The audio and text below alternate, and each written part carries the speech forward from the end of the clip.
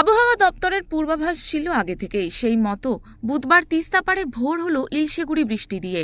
এই অকাল বৃষ্টির ফলে এক ঝটকায় অনেকটাই নেমে যায় তাপমাত্রার পারদ।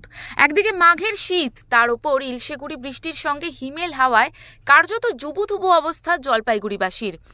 এমন দুর্যোগপূর্ণ আবহাওয়ার মধ্যেই জীবন জীবিকার টানে পথে বেরিয়েছেন অনেকেই।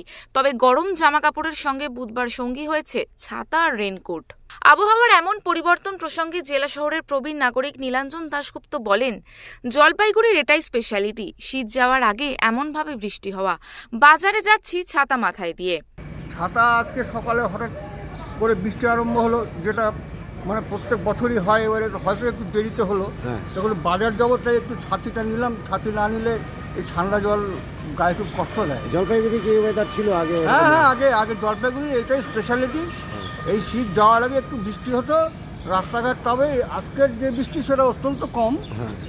প্রত্যেকবার এর থেকে বেশি বৃষ্টি হয়। অপর এক প্রাতঃভ্রমণকারী প্রদ্যুৎ কুমার দাস জানালেন, ছাতা মাথায় দিয়েই আজ ঘরের বাইরে আসতে হয়েছে, কারণ এই অসময়ে বৃষ্টির জলে ভিজলে শরীর খারাপ হতেই পারে।